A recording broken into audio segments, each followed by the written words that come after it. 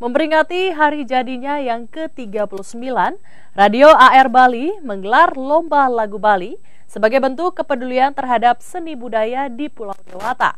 Perayaan hari ulang tahun juga dimeriahkan penampilan sejumlah artis Bali yang hadir untuk menghibur penggemar radio yang telah berusia 39 tahun ini.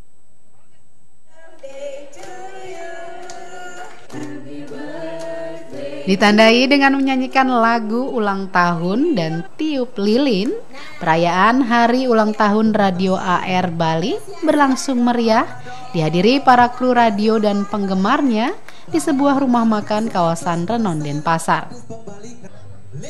Di usia ke-39, Radio AR terus berbenah untuk memberikan program-program terbaiknya ke masyarakat.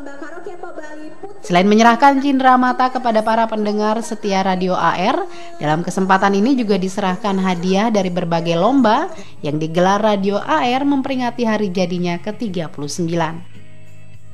Salah satu lomba yang digelar adalah lomba lagu pop Bali dan lagu dangdut yang mampu menarik perhatian para pecinta Radio AR.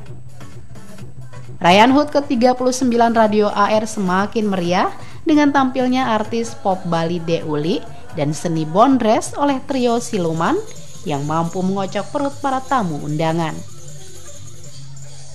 Puncak acara dari ulang tahun kita yang ke-39, ulang tahunnya Radio AR yang ke-39, di mana sebelumnya kita mengadakan lomba karaoke pop Bali dan juga lomba karaoke dangdut.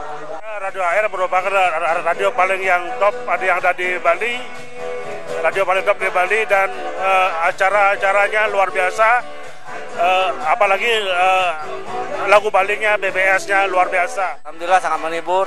Kami sebagai Radio AR, pendengar Radio AR setia, mudah-mudahan Radio AR kedepannya tambah jaya, tambah kompak untuk yang pendengar-pendengarnya juga semakin kompak di darat nanti ketemunya. Itu aja dari kami. Sangat puas dengan Radio AR. Juga ingin lebih mengenalkan Pegadian itu di berbagai kalangan masyarakat. Ya, kami tahu Radio AR itu kan mempunyai fans, mempunyai penggemar, komunitas yang sangat banyak. Jadi ini bukan kerjasama yang pertama, sudah sering gitu. Menggelar berbagai kegiatan seni dan budaya diharapkan ke depan Radio AR terus disukai para pendengarnya dan semakin jaya di udara.